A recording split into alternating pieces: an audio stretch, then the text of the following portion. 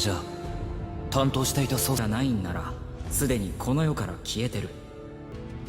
心から敬愛していました。誰かが正さなきゃいけない。だから決闘を申し込む。 Kabar duka datang. Sang Cha meninggal. Pemakaman berlangsung, orang-orang datang, doa dipanjatkan, tapi buat Yang Cheng ini bukan sekedar kehilangan. Ini rasa bersalah. Setelah semuanya selesai, dia menemui Sang Cha, minta maaf, tapi permintaan maaf gak cukup. Dia minta satu hal, balas dendam. Karena dia yakin dia tahu siapa pelakunya. Dia ingat tanda di lehernya, tanda itu dia sendiri yang buat saat melawan penculik dulu. Artinya, pelakunya salah satu dari mereka. Dan dari sini arah Yang Cheng mulai berubah. Bukan lagi soal mimpi, tapi soal balas. 揺れ動き、そしてこれが我々天秤が傾いてしまったのなら、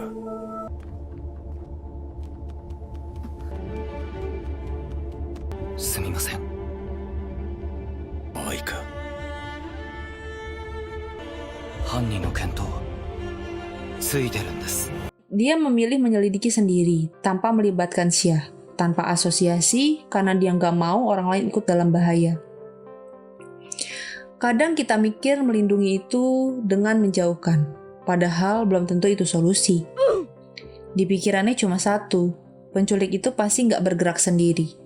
Bisa jadi ada yang menyuruh, bisa jadi dari dalam. Dan kalau itu benar, berarti musuhnya lebih dekat dari yang dia kira.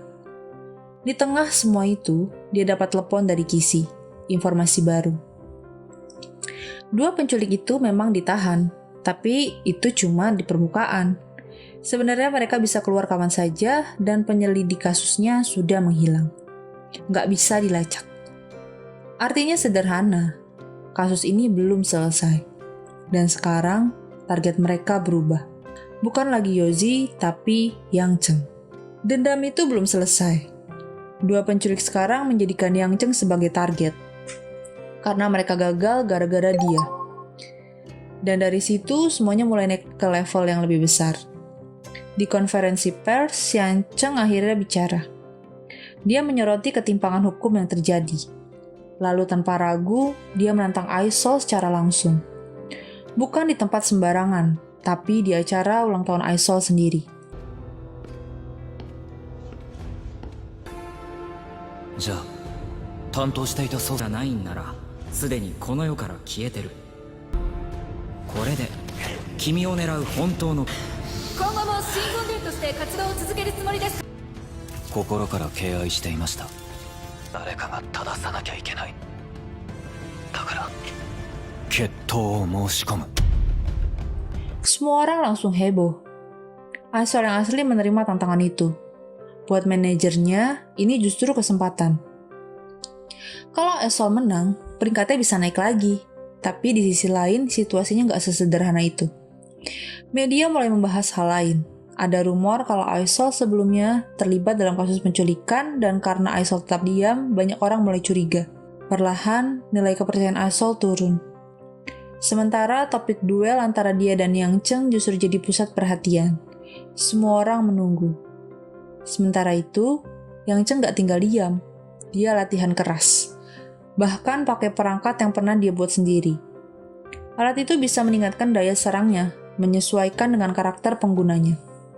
Tetapi tetap saja, lawannya bukan orang biasa. Peralatan Aisol jauh lebih canggih, dengan pertahanan yang kuat. Tapi Yang Cheng gak mundur.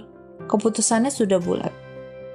Kadang kita tahu kita belum siap, tapi tetap maju karena gak punya pilihan lain. Setelah latihan, dia pulang bareng Xia. 装備の耐久性も高く、防御強化システム。いや待てよ。あ、そうじゃない。旧根伝が必殺技の。殺傷力はすごいけど。ヤンちゃん、やっぱりやめたら。私すごく怖いの。状況を作り出す。だがお前の拳が。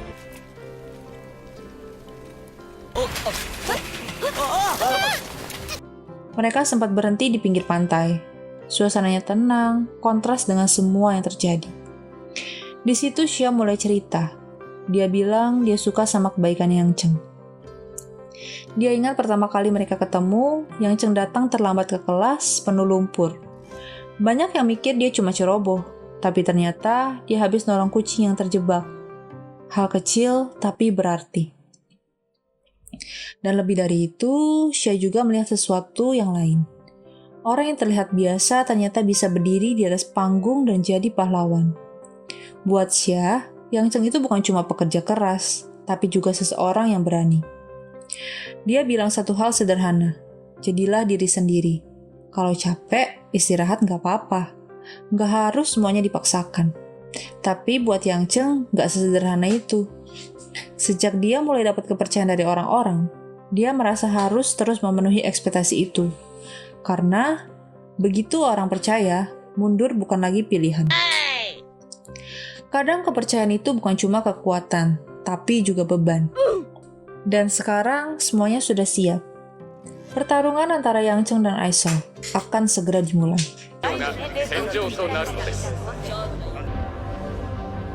スキルや装備の戦いを見る観衆の心にかかってますね。 Pertarungan itu akhirnya dimulai dan semua mata tertuju ke sana. Media, penonton, semuanya menunggu. Tapi sejak awal perbedaannya sudah terasa. Yang Cheng langsung tertekan. Perangkat Aisol terlalu unggul. Serangannya rapi, pertahanannya kuat. Yang Cheng terus didorong mundur, bahkan sampai alatnya hampir rusak. 戦いを見る観衆の心にかかってますね。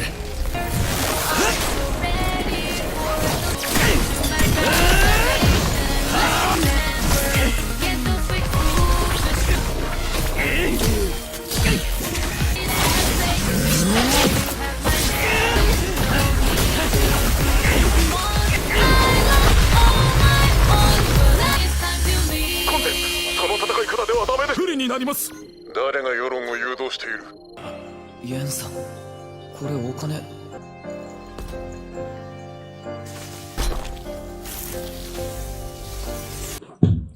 Di sisi lain, tim Aisol mulai memberi instruksi.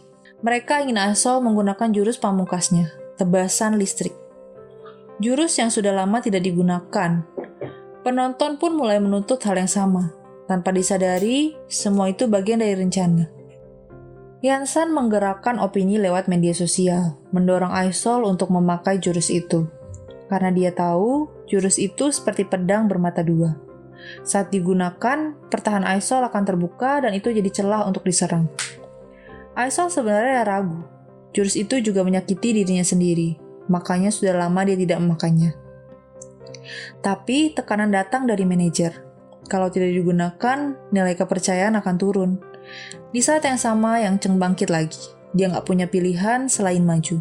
Semua kekuatannya dia keluarkan, tanpa sisa, dan untuk pertama kalinya dia berhasil melukai Aisol.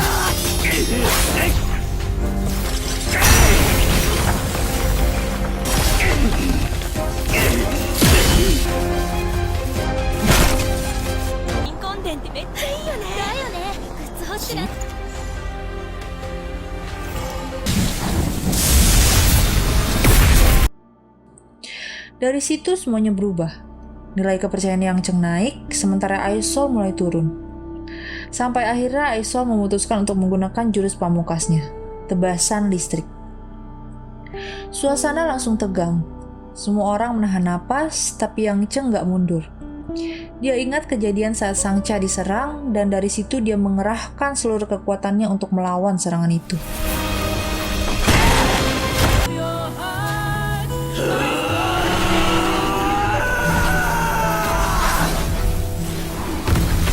Dan di balik semua ini, kebenaran mulai terlihat. Yansan adalah dalangnya. Dialah yang mengatur penculikan itu dari awal. Sosok di balik layar yang selama ini menggerakkan semuanya diam-diam. Bahkan, dulu dia juga yang menyuruh menyingkirkan Yang Cheng saat nilainya masih 0. Dan di titik ini, pertarungan ini bukan lagi soal siapa yang lebih kuat, tapi soal siapa yang selama ini bermain di balik layar. Dari sini mulai kelihatan kenapa Yansan bisa dengan mudah memainkan opini publik. Dia bukan orang biasa, dia punya kuasa. Dia punya kendali dan media sosial cuma alat buat dia. Semua yang terjadi ternyata sudah diatur, bahkan sampai ke penculikan itu. Dia yang menyuruh para penculik untuk menewaskan Yang Cheng. Alasannya sederhana tapi kejam. Adik dari salah satu penculik ditahan olehnya. Sebagai jaminan, kalau mereka berhasil, adiknya selamat. Kalau gagal, konsekuensinya jelas. 不思議だけだ。信頼値ゼロの彼は落とし弟を死なせたくなる。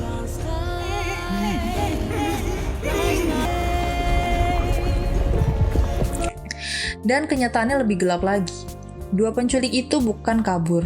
Mereka dikubur hidup-hidup di dalam semen, dihilangkan begitu saja, seolah mereka nggak pernah ada. Balik ke arena. Pertarungan sudah meninggalkan banyak kehancuran. Tempatnya rusak, suasananya kacau. Di sisi lain, Yansan justru terlihat tenang saat menerima kabar salah satu dari mereka sudah mati. Tapi itu bukan masalah baginya. Orang seperti dia selalu punya rencana cadangan. Bahkan kedai miliknya pun akhirnya tutup. Seolah dari awal tempat itu cuma kedok. Bukan bisnis biasa, tapi bagian dari sesuatu yang lebih besar. Atau mungkin dia sudah nggak butuh lagi. Dan akhirnya hasilnya keluar. Yang Cheng menang. Dia berhasil mengalahkan Aisol. Dari yang awalnya bukan siapa-siapa, sekarang dia masuk ke jajaran pahlawan. Tinggal di Hotel Pahlawan, peringkat 10 besar. Di akhir, semua orang lihat hal yang sama. Yang Cheng menang. Jadi bukan siapa-siapa, jadi pahlawan. Masuk 10 besar, hidupnya berubah, selesai. Tapi yang orang gak lihat, itu bagian yang sebenarnya. Coba pikir, kenapa semua masalah selalu datang ke dia? Penculikan, fitnah, viral, duel, semuanya kayak sengaja diarahkan. Bukan ke banyak orang, cuma ke satu.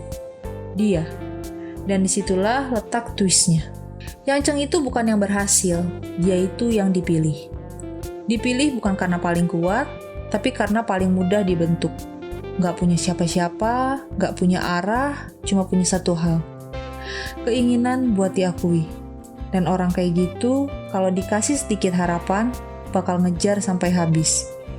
Tanpa sadar, dia lagi digiring, semua yang dia pikir kesempatan, itu sebenarnya settingan. Bahkan kemenangan dia itu bukan bukti dia hebat, tapi bukti rencananya berhasil. Aisol yang lama terlalu besar, terlalu susah diatur, makanya harus diganti, dan Yang Cheng pas banget buat jadi pengganti. Yang lebih sakit lagi bukan soal dia dipakai, tapi dia bangga. Dia pikir semua ini hasil kerja kerasnya. Dia pikir akhirnya dia sampai. Padahal dia cuma naik panggung yang sudah disiapkan, dan sekarang dia jadi pahlawan. Dipuji, dipercaya, tapi justru itu jebakan berikutnya. Karena di dunia ini semakin banyak orang yang percaya sama lo, semakin gampang lo dikendalikan. Dan kalau suatu hari nanti dia gagal memenuhi itu semua, dia gak akan jatuh pelan-pelan. Dia bakal diganti, cepat, diam-diam. Sama seperti yang terjadi ke Aisol. Dan yang paling serem, siklus ini gak pernah berhenti. Dah.